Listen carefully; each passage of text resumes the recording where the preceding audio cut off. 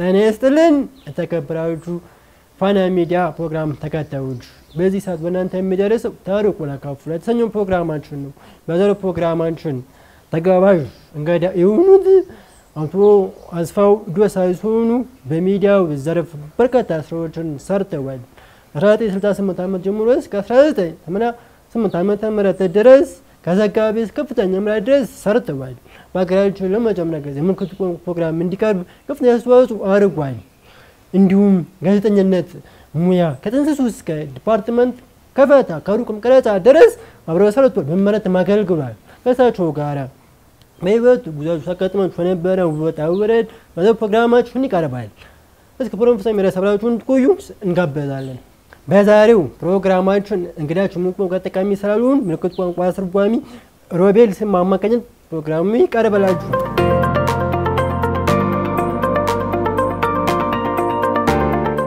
ጥሪያችንን አክብረው ወደ ዝግጅት ክፍሉ ስለመጡ ከልብ ያመሰገንን። ፕሮግራማችን የሰዎች በህይወት ጉዟቸው ከልጅነት እስከ ደረሱበት ደረጃ የሄዱበት መንገድ የሚያቀርቡበት ነውና ከልጅነት እስካሁን ድረስ የሄዱበት መንገድ በርካታ ማህበረሰብ ህይወት መለወጥ ያስተምራልና የተወለዱ እድገቱስ የት ነው? ከሱን ጀምር። መልካም እኔ የተወለድኩት በአሁኑ አጠራር ደቡብ ምዕራብ ሸዋ የሚባለው አካባቢ ነው። ወሊሶ ከተማ አቅራቢያ ነው። እዛ አካባቢ ነው የተወለድኩት። አስተዳደጌም በዛው አካባቢ ነው። ያው እንደ በእኛ ዘመን እንደነበረው ኪንደርጋርተን የለም እንደሚታወቀው። በእኛ ዘመን የነበረው የኛ ኪንደርጋርተን ቄስ ትምህርት ቤት ነው እና መነሻዬ ቄስ ትምህርት ቤት ነው። በልጅነቴ ነው ትንሽ 5 ዓመት ልጅ ሆኜ ነው ቄስ ትምህርት ቤት የገባሁት። አባቴ ለትምህርት በጣም ፍቅር ስለነበራቸው ይሄን ልጅ እዚህ ቤት አካባቢ እንዳላየው ብለው ነው እናቴ ያለቀሰች በግድ ከኛ ቤት ማዶ ላይ ያለ ቄስ አሉ ስለተባለ እዛ የገባሁት። እዛ ነው የተማርኩት። መነሻዬም ቄስ ትምህርት ቤት ነው። ቄስ ትምህርት ቤት አሁን ላሉት ትልቅ ቦታ ያደረሱ ሰዎች ትልቅ ማስተማሪያ ትምህርት ቤት ነው። አሁን በጣም ቀንሷል ይለም ማለት ይቻላል። በገጠር አካባቢ ይኖራል። እኔም ቄስ ትምህርት ቤት ተማሪ ወጣሁት እና በቄስ ትምህርት ቤት የጨረሱ ቀጥታ መደበኛ ትምህርት ያስጀመሩ እስከ ምን ደረጃ ድረስ ሄዱ? 2 ዓመት ቄስ ትምህርት ቤት ከተማርኩ በኋላ ዘመናዊ ትምህርት ቤት የገባሁት ሱዳን ኢንተሪየር ሚሽን የሚባል ነበር በእኛ አካባቢ። በዛን ጊዜ ካናዳውያን ይመስሉኛል ሰዎቹ። አባቴ እዛ ነው ያስገቡኝ። ለትምህርት ቤታችን ለቤታችንም ቅርብ ስለነበረ እስከ 4ኛ ክፍል ድረስ ነው ያላቸው። እስከ 4ኛ ክፍል ድረስ የሃይማኖት ትምህርቱንም ዘመናዊ ትምህርቱንም አንድ ላይ የደባለቀ ትምህርት ይሰጡ ስለነበር ለ4 ዓመት እዛ ተማርኩኝ። ልክ በ8 ዓመቴ እዛ ገባው። 4 ዓመት እዛ ተማርኩኝ። ከ4 ዓመት በኋላ ደግሞ ወደ መንግስት ትምህርት ቤት ነው የገባሁት። እዛ መንግስት ትምህርት ቤት እስከ 12ኛ ክፍል ድረስ ነው ያጠናቀቁት።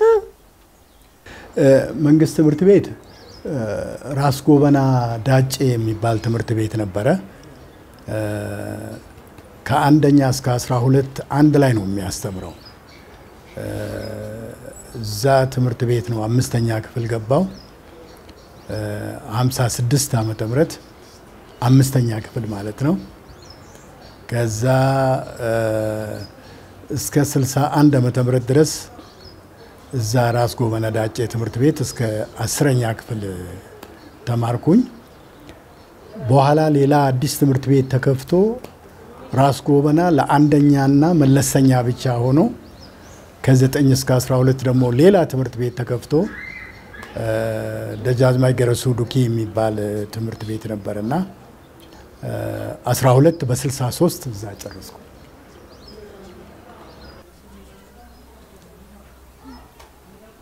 በዛን ወቀት ትምህርት ስርዓቱ እንዴት ነበር? ጥሩ ትምህርት ሁኔታ ነበር? ስርዓተ ትምህርቱን ከወጡ ጋር ይመጣጠን ነበር? መምህራኖቹስ አሁን ካለው ጋር ሲያነጻጽሩት እንዴት ነበር? በድሮ ጊዜ ከባድ ወጣ ገረፋ ድብደባ ነበር ተማሪዎቹ ላይ። በዛ መንገድ ነው ያለፉት ወይስ? እና ምንድነው በዛን ጊዜ ትምህርት ጠንካራ ነበር አሁን ደካማ ነበር የሚባል ነገር ብዙ ጊዜ ይሰማል። ይሄ አንጻራዊ ነው ሁሉ ነገር የምታየው።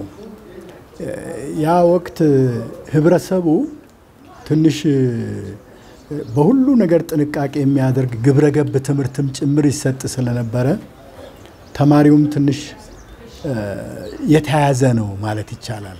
በሞራሊ በጣም የተያዘ ነው። እርግጥ የትምህርት ሲስተሙ ብዙ ሽምደዳ አለ ምን አለ ጥንቃቄዎች አሉ ጥንካሬዎች አሉ ቋንቋዎች በጣም የዳበሩ ናቸው። ያ ስለሆነ ይመስለኛል። ግን በአሁኑ ጊዜ ደግሞ ስናይ ከትምህርቱ ጎን ለጎን ተማሪዎች የሚያውቁት ዘመናዊ ትምህርት ብዙ ነገር አለ ከአካባቢ የሚያገኙት። ለዚህ ነው አንጻራዊ ነው ያልኩት። ምክንያቱም ያ ወቅት በጣም ትንሽ ጠበቅ ያለ ስለነበረ የክፍል ትምህርት ላይ ነው በአብዛኛው ትኩረቱ የነበረው። ዕውቀቱም በአብዛኛው የተከበበ ነው በትምህርት ቤት አካባቢ።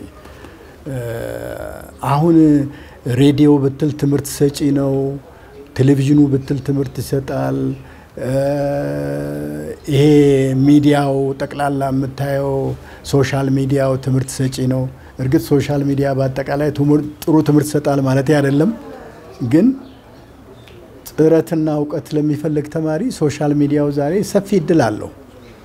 ስለዚህ ጠንክሮ መውጣት ለሚፈልግ ተማሪ ያ ወቅት ጠንካራ ነው አሁን ደካማ ነው ለማለት ትንሽ ያስቸግራል። ሁሉ ነገር አንጻራዊ ነውና በዛ መልክ ብናየው ነው። እኛ በርግጥ ጥንካሬያችን የነበረው በቋንቋ ደረጃ ጥሩ እንትን ነበረን። በወቅቱ አክቲቪቲዎች ነበሩ፣ ክበቦች ነበሩ። አሁን ይሄ ስነ ጽሁፍ ክበብ አለ፣ ዲቤቲንግ ክበብ አለ፣ የስፖርት ክበብ አለ፣ ቦይ ስካውቶች አሉ። ብዙ ነገሮች ስላሉ አክቲቪቲዎቹ ይበዙ ነበር ማለት ይችላል ከእንትን ውጪ። እና ያ ሁኔታ ጠንካራ ጎንም ነበረው። ውጪውን ዓለም ለማወቅ ደግሞ ትንሽ ውስንነት ነበሩን ማለት ይችላል በዛን ጊዜ። ያውኑ ተማሪ ጎበዝ ከሆነ ግን የውጪውን ዓለም ለማወቅ እንትኑ ሰፊ ነው በጣም። እንደዛ ነው ማየው። ባንጣሪ መንገዱ ከሆነም ነው ነገር ግን ድሮና አሁን ሲነጻጸር ድሮ በጣም ውጤታማ ተማሪዎች ይፈሩበታል። ስነ ምግባራቸውም ብቁ ነው። በትምህርት ደረጃቸውም ሀገር መጠቅመን አሁን ስርዓተ ትምህርቱም ተዳክሟል። ተማሪዎቹም ስነ ምግባር ተንሰራፍቷል። በድሮ ጊዜ የነበሩ ስነ እንኳን ጥሩ የነበሩ የዛን ጊዜ ነው። እዳ ተማሪ በነበሩ ጊዜ የምን ዝንባሌ የነበሩ በከባቱ 8 ሰዓት ያደርጉ ነበር። እንደዛ ብሎ መደምደም ቢያስቸግርም ተማሪው አሁን አንዳንድ ትምህርት ቤቶች ማየት ይችላል። በዲሲፕሊንም በምንም በጣም ጠንካራ የሆኑ ትምህርት ቤቶች ጥሩ ተማሪዎች ሲያወጡ እናያለን። አንዳንዱ ጋር ደግሞ በበጀትም በአደረጃጀትም በመምህራን ብቃትም የተነሳ ትንሽ ድክመቶች የሚታዩበት አንዳንድ ቦታ ሊኖሩ ይችላሉ። ግን የአሁኑ ወጣት እኔ የሚገርመኝ ብዙ ፈጠራ የሚሰሩ ብዙ ጥሩ ነገር የሚሰሩ ብዙ ጠንክሮ የሚወጡ ለሀገር የሚጠቅም ብዙ ነገር እየፈጠሩ ያሉ ወጣቶችን ስታይ በጥቂት ችግሮች ምክንያት እነዛን ሁሉ ወጣቶች ዋጋ ማሳጣት እንዳይሆን እሰጋለሁ። ምክንያቱም አሁንም በጣም ጠንካራ ወጣቶች አሉ፣ በጣም ጥሩ እየሆኑ እየወጡ ያሉ ልጆች አሉና በእኛ ጊዜ ከነበረው ሁኔታ እንጂ አሁን ወጣት ችግር አለበት ብሎ መደምደም በጣም አስቸጋሪ ነው። ምክንያቱም ብዙ ጥሩ ጥሩ ወጣቶች እየወጡ ነው እያየን ነው። ስለዚህ ሁሉ ነገር በሚዛን ማየቱ ነው ጥሩ የሚሆነው ብዬ አስባለሁ። እኔ አሁን በበኩሌ እንትን ነበረኝ የሬዲዮ የማዳመጥ ፍላጎት ነበረኝ በልጅነቴ። ቤታችን አሁን ለከተማ ቅርብ ብንሆንም የገጠር ልጅ ነኝ እና ግን ቋንቋውን በደንብ ብንሰማም ባንሰማም ሬዲዮ አለ ቤታችን በባትሪ የሚሰራና ሬዲዮ በጣም እከታተል ነበር። አንድ እሱ የረዳኝ ይመስለኛል። ሁለተኛ ትምህርት ቤት ውስጥ ደግሞ የስነ ጽሁፍና የዲቤትን ክበብ ውስጥ በጣም እሳተፍ ነበር። እኔ እንዳውም ሃይ ስኩል ሆኜ የዲቤትን ክበቡን እመራ ነበርና በኃላፊነት ኮሚቴውን በጣም እንከራከራለን፣ እንወያያለን፣ ዲስከስ እናደርጋለን። ያ ተጽዕኖ ያሳደረ ይመስለኛል ወደ ሚዲያው ለመምጣት። ወደ ኮሌጅ ደረጃም ስመጣ ደግሞ ሃይ ስኩልም ሆኜ ለሬዲዮ ጣቢያዎች ብስራት ወንጌል የሚባል ሬዲዮ ጣቢያ ነበር ድሮ። ለዛ እጽፋለሁ፣ አንዳንድ ነገር አርቲክሎች ልካለሁ፣ ግጥሞች ልካለሁ እና ዝንባሌዎች ነበሩ ከውስጤ። ዝንባሌ ከሌለ ችግር ይመስለኛል። ዝንባሌው ሲኖር ነው ሁሉ ነገር እንትን የሚለውና ያ ተጽዕኖ ያደረገ ብዬ ነው የማስበው።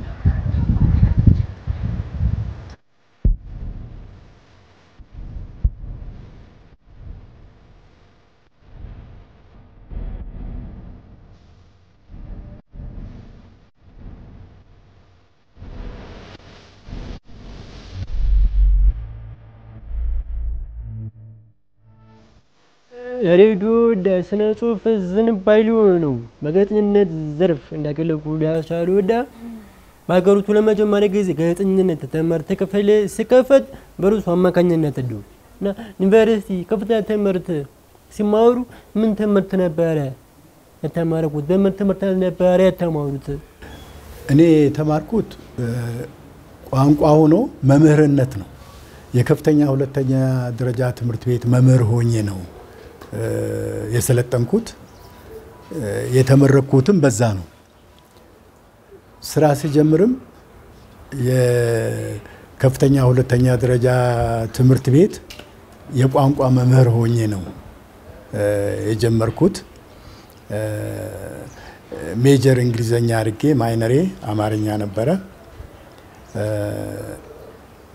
ወደ ጋዜጠኝነቱ የገባሁት በአጋጣሚ ነው እንጂ ሙያዬ መምህርነት ነበር ማለት ነው። እንዴት ነው በኢትዮጵያ ግንባር ቀደም ለሆነው ቴሌቪዥን ጣቢያ ማለትም የኢትዮጵያ ቴሌቪዥን ሊገቡ የቻሉት? አጋጣሚ ነው ማለት ይቻላል። ለገና እረፍት ትምህርት ቤት ሲዘጋ አዲስ አበባ መጣሁና እኔ ይርጋለም ነበርኩኝ። ከይርጋለም በኋላ ሐዋሳ ነበርኩ። 2 አመት ነው ያስተማርኩት። ከሐዋሳ መጥቼ ጋዜጣ ነው ያየሁትና አጋጣሚ ውስጡን ሳይ በቋንቋ እንዲህ አይነት የትምህርት ደረጃ ያላቸው ሰዎች ይፈለጋሉ የሚል የኢትዮጵያ ቴሌቪዥን ያወጣቸው ማስታወቂያ ነው ያየሁት። ተመዘገብኩ። ያው ብዙ የፈተና ፕሮሴስ ነበረው። አለፍኩኝ። አጋጣሚ ብዙ ተወዳዳሪ ነበር። እንደ አጋጣሚ ሆኖ ለማለፍ ቻልኩኝ። በተለያዩ ሚዲያዎች ታሪኩን መለስ ብለን ስናነባቸው በሩሱ አማካኝነት ነው ጋዜጠኝነት ትምህርት ክፍል ከፋታ ይቻሉ። ከዛ በፊት ጋዜጠኝነት ትምህርት አልነበረም ነበር። በዳ እንዴት ነው ኢትዮጵያ ቴሌቪዥን ጋዜጠኝነት የተመረቀ ፈልግል ይቻሉ? የጋዜጠኝነት ትምህርት ቤት በእኔ አማካኝነት አይደለም የተከፈተው። የኢንፎርሜሽን ስህተት እንዳይኖር ምንድነው የጋዜጠኝነት ትምህርት ቤት ሲከፈት ሰዎች ከፕሬስ፣ ከሬዲዮ፣ ከቴሌቪዥን፣ ከዜና ከሁሉም ቦታ ተውጣጡና ጥናት እንድናጠና ተወሰነ። ጥናቱን የምናጠናው እንዴት ነው? ካሪኩለም እንድንነድፍ የጋዜጠኝነት ስልጠና እንዴት መስጠት እንችላለን፣ እንዴት ማድረግ እንችላለን የሚል ይሄ ኮሚቴ ከውጭ ሀገር ደግሞ 2 ነጮች ተጨመሩልን ከእንግሊዝ ሀገር የካሪኩለም ባለሙያዎች ስልጠናውን ለመስጠት ምን ያስፈልጋል፣ ካሪኩለሙስ እንዴት መንደፍ አለበት የሚል ሐሳብ ነው መመሪያ ነው የተሰጠን። ያን መመሪያ ይዘን ነው ተገናኝተን ይሄ ቡድን ተገናኝቶ መጀመሪያ ምንድነው የሚያስፈልገን የሚለውን ነገር ኒድ አሴስመንት ነው የሰራ ነው። እጥረታችን ምንድነው? ችግራችን ምንድነው? በጋዜጠኝነት በሀገራችን ውስጥ ያለው እጥረት ምንድነው? ያንን ለማሸነፍ እንዴት እንችላለን? እስከየት ድረስስ ማሰልጠን እንችላለን? የሚለውን ኒድ አሴስመንቱን ይዘን የምንፈልገው ጎል ወይንም ግብ ለመድረስ ደግሞ አላማችን ምን ሆኖ የት መድረስ አለብን የሚለውን ነደፍ። በዛ መሰረት ካሪኩለሙን ማዘጋጀት ቻልን። ካሪኩለሙን ካዘጋጁ ሰዎች አንዱ ነኝ። እኔ ኢኒሺየተሩም ወይም አነሳሹም እኔ አይደለሁም፣ መንግስት ነው ይሄንን እቅድ ያወጣው። እዛ ውስጥ ግን ተሳታፊ ሆኜ እቅዱን ካሪኩለሙን ከነደፉትና የስልጠናውን ከዘረጉት ባለሙያዎች አንዱ ነኝ። በዛ ቢስተካከል እናስተካክሏለን። በቅርቡ ታላላቆቻችን ነክብር የሚለይ እርሶን ስም ጠቅሶ እንዲሁም ጋዜጠኝነት ትምህርት ክፍል ከፋች እሳቸው ሙያቸውን ዝርዝራል። በዚህ ምክንያት መረጃውን ያገኘነው። ነገር ግን ስራ ትምህርት ቀረጻ ምን በግልጽ አልተወራም ነበረ። በዛ ምክንያት ጥያቄውን ያነሳሁት ይስተካከላል። ኢትዮጵያ ቴሌቪዥን ከዘጋቢነት እስከ ኃላፊነት የሚያገለግሉት እንዴት ነበር የወቅቱ የስራ ሂደቱ?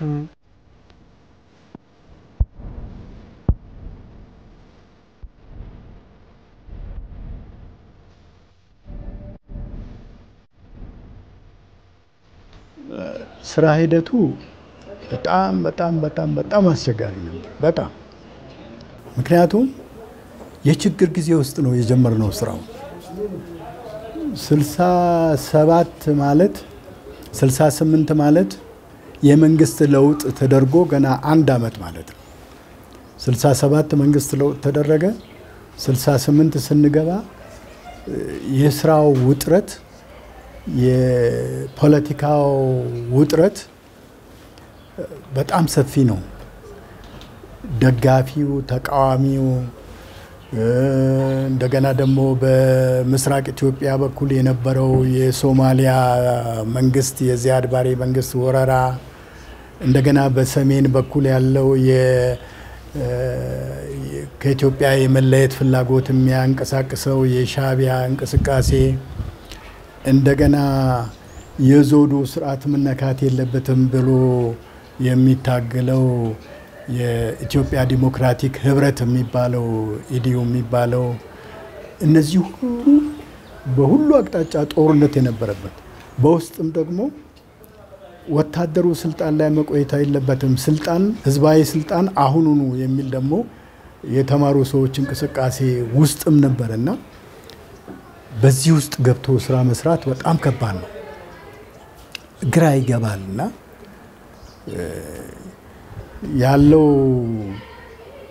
ያለው የሰው ኃይል ያለው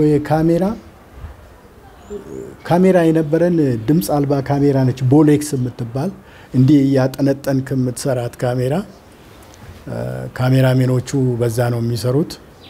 ቁጥራቸው ትንሽ ነው፣ ካሜራውም ትንሽ ነው። በየቀኑ የሚመጣው ዜና በጣም ሰፊ ነው። ከዜና አገልግሎት ብዙ ዜና ይመጣል በቴሌፕሪንተር እንደገና ሰዎች ያመላለሱ ያመጣሉ። ዜና እናዘጋጃለን። ሪፖርቲንግ እንደገና ብዙ ቦታ ይወጣል። ይሄ ሁሉ ስታየው ስራ ውጥረት ነበር። በቃ ባጭሩ በጣም የተጨናነቀ ስራ የነበረበት ጊዜ ነው የገባ ነው እና ምናልባት እንደው አስተማሪነቱ ይሻል ይሆን ብዬ ያሰብኩበት ጊዜ ነበር ማለት ይችላል። አንዳንድ ፈታኝ ጊዜያት በቃ ያለበት ቦታ ለውጥ ወደ ለውጥ እንድንሄድ ያደርገናል። ወይስ ለደሞ መልካም አጋጣሚ ሲፈጠር መቀለቀት እናስባለን። በዛው ወቅት የኢትዮጵያ ቴሌቪዥን ሶስተኛ ጊዜ ወቅ ለውጥ ያደረገበት ጊዜ ነበር። ብዙ ሰዎች ወጥቷል። እርሱ እዛው ቀጥሏል። እንዴት ነበር ለቀጥሎ የቻሉት? እኔ በቃ ሞር ስራ ላይ ነው የማተኩረው በአብዛኛው። አንዳንድ ነገር አይመቸኝም። ይሄ ወዲህ መጓተት፣ ይሄ አንዳንድ ነገር ውስጥ ብዙ መሳተፍ፣ አንዳንድ ነገር ውስጥ መግባት ወዲህ ማለት ብዙም አይመቸኝም። ሙያው ላይ በጣም ትኩረት አደርጋለሁ። ስራው ላይ ትኩረት ስለማደርግ ከስራው ጋር በተያያዘ የሚመጣ ነገር ካለ መልስ እሰጣለሁ። ከስራ ውጪ ግን ብዙም ነገር ስለማያስጨንቀኝ ሌላ ነገር ሰው የስራ ድንበሬን እንድነካ አልፈልግም። ስራ እሰራለሁ። ከስራዬ ጋር ብቻ ነው ግንኙነቴ። ብዙ አንዳንድ ሰዎች ለምሳሌ ይወጣሉ፣ ስራ ይቀይራሉ፣ ሌላ ቦታ ይሄዳሉ ምናምን። በቃ እኔ ስራ መስራቱን ስራ ብዬ ስላያስኩኝ ሌላ የተለያየ ሁኔታ ውስጥ ብዙ ኢንቮልቭ ማድረግ ብዙ አልፈለኩም እና ይመስለኛል ይሄ ይመስለኛል አንዱ ነገር ይሄ ሳይሆን አይቀርም። ጥሩ አጋጣሚ ነው። ምክንያቱም እዛው መቆየቱ አሁን ላይ ላለው ምልክት ቋንቋ ፕሮግራም በርሷ ምክንያት መከፈቱ አስተዋጽኦ ያደርጋል።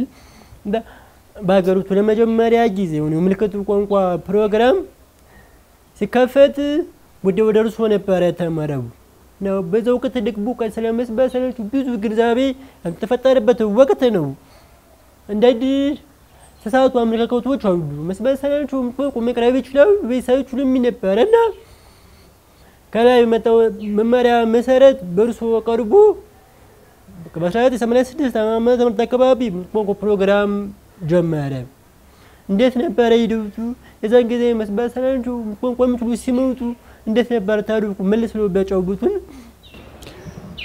85 ወይም 86 ይመስለኛል።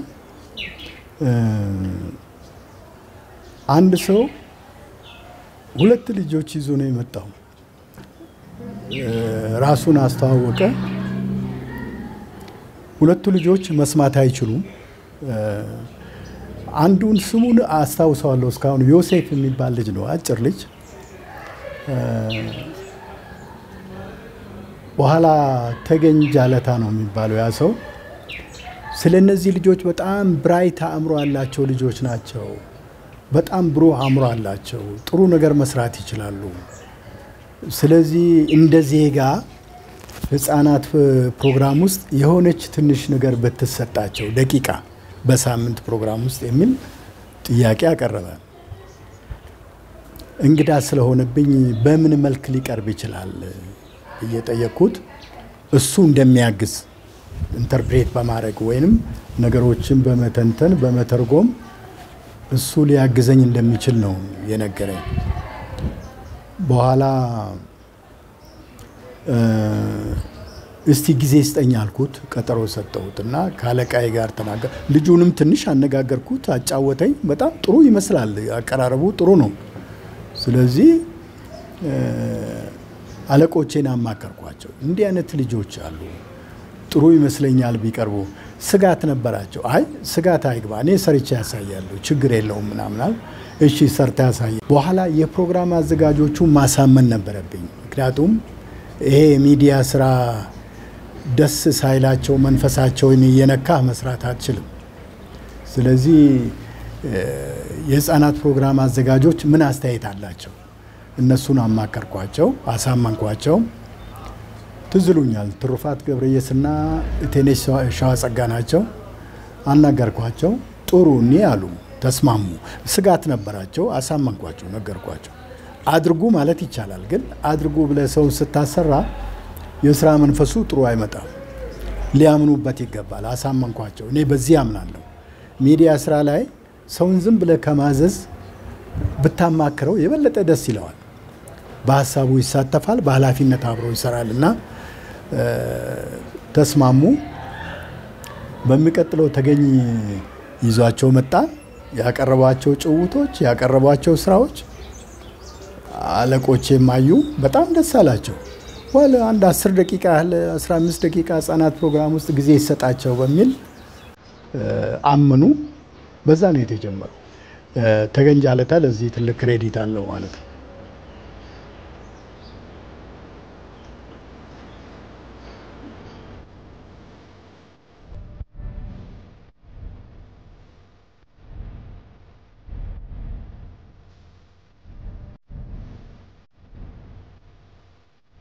ሁለቱ ልጆች ድምጽ ይጠቀማሉ? ድምጽ ምልክትም ይጠቀማሉ። ያው ለአባሎቻቸው መልእክቱ እንዲደርስ ይጠቀማሉ። ድምጽም ይጠቀማሉ፣ ምልክትም ይጠቀማሉ በሁለቱም ነው ተገኝ ግን ማብራሪያ ነው የሚሰጠው ማግባቢያውን ይሰራል ይገልጻል አላማቸውን የሚሰሩትን ነገር ይናገራል ማግባቢያ ይሰራል አስፈላጊ የሆነ ቦታ ላይ ጣልቃ ይገባና ነገሩን ያስተካክላል እንደዛ ነው የተጀመረው በዛ ወቅት በቃ ስለ መስማት የተሳናቸው ማህበረሰብ ገና ግንዛቤ ያልተስፋፋበት መስማት የተሳናቸው ሲባል በቃ ችሎታ ማነስ ጋር አያይዞ ምርዱ ራስ ባሉበት ወቅት ነበር አሁን እነዛ መስማት የተሳናቸው ሲሞቱ አረ ፕሮግራሙ ይበላሻል አየር ሰዓቱ ይባክናል አይሁዱም ምን ነገር በውስጡ አልተፈጠረበትም እኔ መጀመሪያ ስላየሁኝ አልተፈጠረብኝም አየሁኝ አይቼ ሰው ሊወደው እንደሚችል ነው የተገነዘብኩት ምክንያቱም ሁሉ ሰው ከሰው ነው የተፈጠረውና እነዚህ ልጆቻችን ናቸው በዜግነት የሚገባቸውን የተወሰነ መብት ማግኘት አለባቸው ሙሉ መብትን ባያገኙ ትንንሽ መብቶቹን እንኳን ቢያገኙ ቢያንስ በሂደት እና እኔ በላሻል ብዬ አላመንኩም በጣም የሚገርም ነገር ግን ብዙ እንትን መጣ አስተያየት ከሰው ፖስታ ሳጥን ቁጥር ነበረን 5544 የሚል ፖስታ ሳጥን ቁጥር በዛ ፖስታ ሳጥን ቁጥር ይመጣ የነበረው አስተያየት በጣም ብዙ ነበር በዛን ወቅት ፕሮግራም ሲቀርብ አጠቃላይ መስማት የተሳናቸው ማህበረሰብ የተፈጠረ ልዩ ክስተት ምንድን ነበር ማለት በወቅቱ መስማት የተሳናቸውን የሚደብቁ ወላጆች አሉ ትምህርት ቤት ቢመጡ የሚከለክሉ ትምህርት ቤቶች አሉ እንደ አዲስ ሰዎች በቃ መስማት የተሳነው ማለት በእናት በአባት ኃጢአት ምክንያት መስማት የተሳነው ተወለደ የሚል አመለካከት ነበር ቴሌቪዥን ሲተላለፍ የታዩ ለውጦች ምንድን ነበሩ ምናልባት ጥናት አልተደረገም እንጂ ጥናት ቢደረግ እርግጠኛ ነኝ ሲሸማቀቁ የነበሩ ሰዎች ሁሉ መውጣት የጀመሩ ይመስለኛል ግን በዚህ በኩል የሰራ ነው ምንም ጥናት የለም ምክንያቱም